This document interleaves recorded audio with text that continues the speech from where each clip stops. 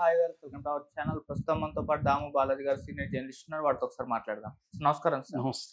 Sir, Jaganmohan Reddy గారిని చంపడానికి ప్రయత్నాలు జరుగుతున్నాయంటూ అంబటి రాంబాబు గారు ఆరోపించడం జరిగింది సార్. మరి ఏం జరిగింది? ఎందుకు ఈ ఆరోపణలు చేస్తారు?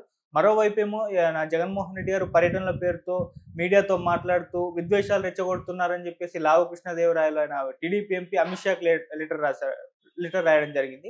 సో ఏం జరుగుతుంది జగన్ గారి విషయంలో? మరి నిజంగా చంపడానికి ప్రయత్నాలు జరిగాయా? మరి నిజంగా విద్వేషాలు రెచ్చగొడుతున్నారా? మరి ఏం చెప్తారు సార్ దీనికి సంబంధించి? జగన్ భద్రతకు సంబంధించి ముందు నుంచి కూడా వైసీపీ శ్రేణులు ఆందోళన వ్యక్తం చేస్తున్నాయి. జగన్ హైకోర్టుకు కూడా ఈ విషయం మీద వెళ్ళాడు. ఫస్ట్‌లోనే ఆయనకు బుల్లెట్ ప్రూఫ్ కారు ఇవ్వలేదని చెప్పి, అట్లాగే Z+ కేటగిరీని ప్రొవైడ్ చేయలేదని చెప్పి ఆయన కోర్టుకెళ్లారు. Court continue చేయమనింది. ఒక మాజీ ముఖ్యమంత్రికి భద్రత ప్రోటోకాల్ ప్రకారం ఇవ్వాలనేది కోర్టు కూడా ఆదేశించింది. దాంతో కోర్టులో కూడా వీళ్ళు ఒప్పుకున్నారు, సబ్మిట్ చేశారు. దాంతో ఆ వెహికల్ పాడైంది, కొత్తది కూడా ఇస్తామని చెప్పారు. సో అట్లాగే జామర్ మరీ సెన్సిటివ్ ఏరియాలకు వెళ్ళినప్పుడు జామర్ కూడా ప్రొవైడ్ చేస్తామని చెప్పారు.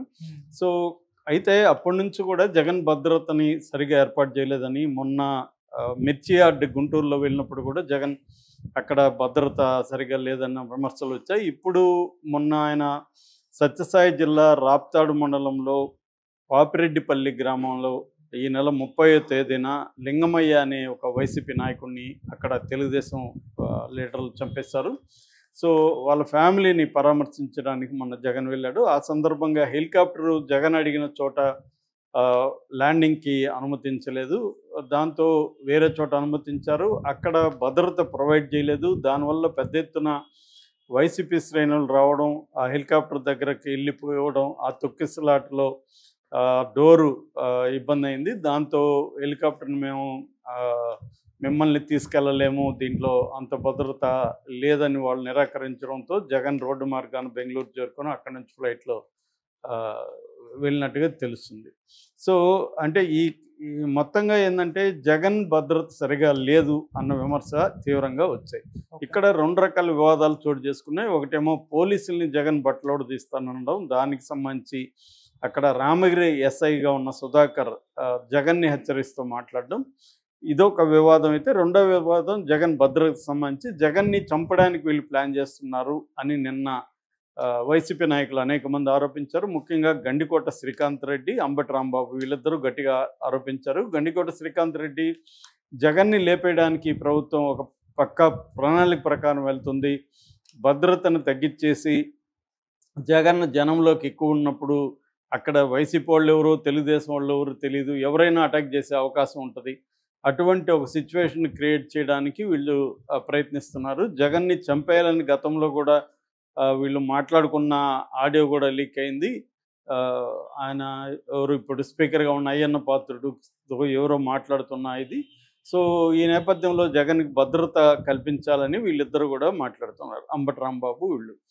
సో ఈ కాంటెక్స్ట్లో రెండవ అంశం ఏంటంటే సుధాకర్ అక్కడ ఉన్న ఎస్ఐ మాట్లాడడం.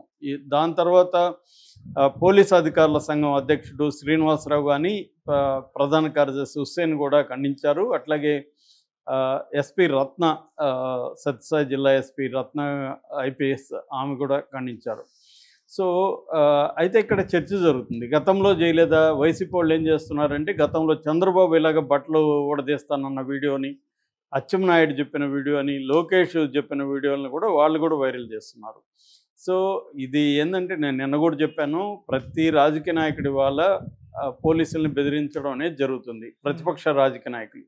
దీనికి నేపథ్యం కూడా ఉంది. నేపథ్యం ఏంటంటే, పోలీసులు ముందు నుంచి కూడా అధికార పక్షం వైపే నిలబడతారు, అధికార పక్షానికి అనుకూలంగా వాళ్ళు పనిచేయడం అనేది జరుగుతుంది. సుప్రీంకోర్టే కొన్నిసార్లు పోలీసుల్ని లీగల్ గుండాలతో పోల్చింది.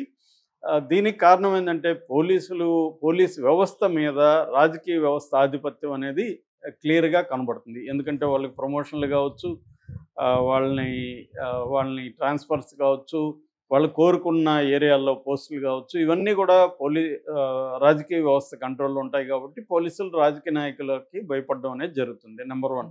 నెంబర్ 2, కరప్షన్ విపరీతంగా పోలీస్ డిపార్ట్మెంట్లో ఉంటుంది. కాబట్టి ఈ కరప్షన్ని కొనసాగించాలంటే రాజకీయ వ్యవస్థ అండ కావాలి, అధికార పార్టీ అండ కావాలి. కాబట్టి వాళ్ళు ఒక్కోసారి రాజకీయ నాయకులు పోలీస్ వ్యవస్థ కలిసి కూడా చేస్తుంటుంది కాబట్టి వాళ్ళు వీళ్ళ మాట వినాల్సి వస్తుంది. సో ఈ యాంగిల్లో ఏమవుతుందంటే పోలీసు వ్యవస్థ అనేది రాజ్యాంగాన్ని ఫాలో కాకుండా అధికార పార్టీని, అధికారంలో ఉంటే ఏ పార్టీ ఉంటే ఆ పార్టీని ఫాలో కావడం, వాళ్ళకు అనుగుణంగా పనిచేయడం అనేది మొదలైపోతుంది. దీనివల్ల ఏమవుతుందంటే గతంలో పోలీస్ వ్యవస్థని ప్రభుత్వాలు ప్రజా ఉద్యమాల మీద, నక్సలైట్ల మీద, పౌర సంఘాల మీద ఉసిగొల్పేవి. వీళ్ళు చంపేయడం, లాకప్ డెత్తులు చేయడం, టార్చర్లు పెట్టడం ఇవన్నీ కూడా చేయించేవాళ్ళు. ఇప్పుడేమైంది, నక్సలైట్లు, మావోయిస్టులు తెలుగు రాష్ట్రాల్లో పెద్దగా లేరు. పౌర ప్రజాస్వామిక ఉద్యమాలు కూడా అంత గట్టిగా ఏమీ లేవు. దాంతో ప్రతిపక్షాల మీదకి ఈ పోలీస్ వ్యవస్థను ప్రయోగించడం అనేది జరుగుతుంది. అది అన్ని రాష్ట్రాల్లో అన్ని పార్టీల ఆధ్వర్యంలో కూడా, అన్ని పార్టీల అధికారంలో ఉన్నప్పుడు ఏ పార్టీ అయినా, గతంలో వైసీపీ అధికారంలో ఉన్నప్పుడు కూడా ఇదే జరిగింది. తెలుగుదేశం శ్రేణుల మీద పోలీసుల్ని ప్రయోగించడం అనేది గతంలో కూడా జరిగింది. ఇప్పుడు కూడా అదే జరుగుతుంది. సో అందుకనే గతంలో చంద్రబాబు కానీ, అచ్చెన్నాయుడు కానీ, తర్వాత లోకేష్ కానీ, కొన్ని సందర్భాల్లో పవన్ కళ్యాణ్ కానీ పోలీసుల్ని హెచ్చరించడం, పోలీసుల్ని బట్టలోడు తీసి మిమ్మల్ని నిలబెడతానడం జరిగింది. మనం చూసాము. ఆయన ప్రభాకర్ రెడ్డి ఎలా మాట్లాడాడో మనం చూసాం పోలీసుల్ని. సో ఇవన్నీ ఏంటంటే ఇటు పోలీసు వ్యవస్థలో ఉండే సమస్యలు ఉన్నాయి. దీనికి ప్రతిపక్షాలు కూడా అలా మాట్లాడాలని పరిస్థితి వాళ్ళకి కూడా ఉంటుంది. ఇక్కడ కేటీఆర్ కూడా మొన్న ఏం మాట్లాడాడు, నేను కేసీఆర్ అంత మంచోడు కాదు, నేను అధికారంలోకి వస్తే మేము అధికారంలోకి మళ్ళీ వస్తాం, మీరు గుర్తుంచుకోండి అని పోలీసులు ఈయన కూడా హెచ్చరించారు. అంటే ఒక్కోసారి ఏమవుతుందంటే వీళ్ళు రాజ్యాంగాన్ని, చట్టాంగాన్ని పోలీసులు ఉల్లంఘించి ప్రతిపక్షాలని వేధించడం, ప్రతిపక్షాలకు సంబంధించిన కేడర్ మీద వైసీపీ తెలుగుదేశం నాయకులు లేకపోతే జనసేన నాయకులు దాడి చేస్తుంటే వీళ్ళు చూస్తూ ఊరుకుండడం, లేకపోతే ఇండైరెక్ట్గా ప్రోత్సహించడం, ఇలాంటివి జరుగుతున్నప్పుడు వీళ్ళు ప్రతిపక్షాల వాళ్ళు మాట్లాడడం అనేది జరుగుతుంది. ఇప్పుడు జగన్ ముందున్న కర్తవ్యం ఏంటంటే తన కేడర్ మొరేల్ని నిలబెట్టుకోవాలి, తను పోలీసుల్ని కంట్రోల్ చేసుకోవాలి, లేకపోతే వాళ్ళు మరీ దూకుడుగా వస్తే ప్రాబ్లం. సో ఈ యాంగిల్లో జగన్ మాట్లాడాలని పరిస్థితి జగన్కి వచ్చింది.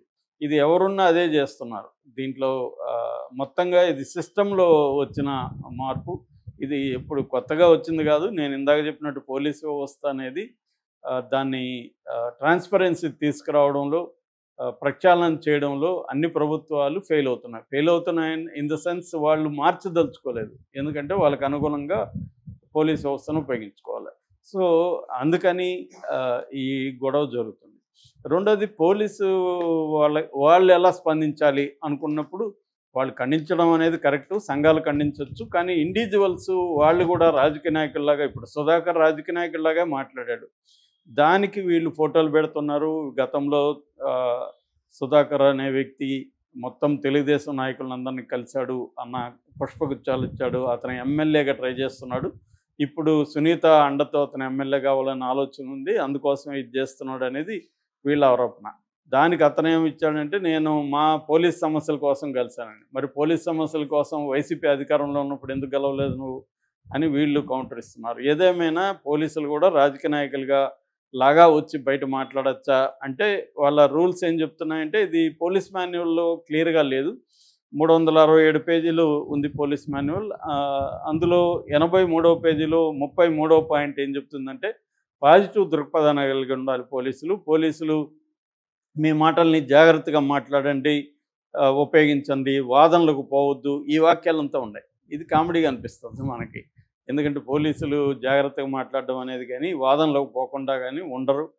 వాళ్ళు ఏమనుకుంటారంటే మన కంట్రోల్లో వ్యవస్థ ఉంటుంది అనుకుంటారు. దీనికి మళ్ళీ కారణం ఏంటంటే క్రిమినల్ జస్టిస్ సిస్టమ్ అనేది మన దేశంలో, నేను అనేకసార్లు చెప్తుంటాను, ప్రాసెస్ ఈజ్ పనిష్మెంట్. అంటే ఒక వ్యక్తిని అరెస్ట్ చేయదలుచుకుంటే పోలీసులు వాళ్ళు ఎవరైనా సరే అరెస్ట్ చేయగలరు. అంటే ఆ పోలీసులు ఎవరైతే మనం అరెస్ట్ చేస్తుంటారో వాళ్ళకంటే పెద్ద శక్తులైనా వాళ్ళని కంట్రోల్ చేయాలి, లేదా వాళ్ళకి పెద్ద స్థాయిలో డబ్బులైనా ఇవ్వాలి.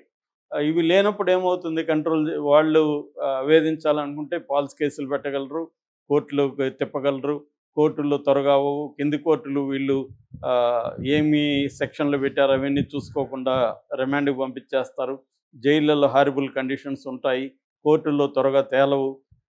లాయర్ల దగ్గరికి పోతే లాయర్లు అధిక ఫీజులు వసూలు చేస్తారు. ఇది ఒక vicious circle criminal justice system అనేది. ఈ విసియస్ సర్కిల్లో ఇండివిజువల్ అనేవారు సిస్టంలో ఇరుక్కుంటారు. సో దానివల్ల కూడా ఈ పోలీస్ వ్యవస్థ అనేది ఇప్పటికి కూడా ఇండివిజువల్స్ మీద కంట్రోల్ చేస్తుంది. సో ఈ నేపథ్యాన్ని మనం అర్థం చేసుకుంటే జగన్ది అర్థం చేసుకోవచ్చు. రెండో వైపు కృష్ణదేవరాయలు గత కొంతకాలంగా జగన్ మీద కక్ష కట్టినట్టుగా మనకు కనబడుతుంది. ఎందుకంటే గతంలో జగన్ అతను కోరుకున్న పదవి ఇవ్వకపోవడం అట్లాంటివి అంతకంటే కూడా ఏమీ కనబడలేదు. నిజానికి జగన్ అతనికి చేసిన అన్యాయం ఏందో కూడా చెప్పట్లేదు. కానీ కొంతకాలంగా పార్లమెంట్లో మాట్లాడడం కానీ, ఇప్పుడు దీని మీద అమిత్ షా కంప్లైంట్ చేయడం కానీ, దానికి నాకు కనబడే కారణం ఏంటంటే అతను తెలుగుదేశం ఎంపీలలో ఒక ఇంపార్టెంట్ ఎంపీగా ఎదగాలన్న ఒక ప్లాన్ అతనికి కనబడుతుంది. ఎందుకంటే యంగ్ ఎంపీస్లో ఇప్పటివరకు మనకి రామ్మోహన్ నాయుడు మినిస్టర్ అయ్యాడు కాబట్టి ఎంపీగా యంగ్ ఎంపీస్లో ఎవరు కూడా అంత స్ట్రాంగ్గా లేరు. ఇతను బాగా చదువుకున్న వ్యక్తి, నాలెడ్జ్ ఉంది. సో ఢిల్లీ లెవెల్లో డీల్ చేయగలడు.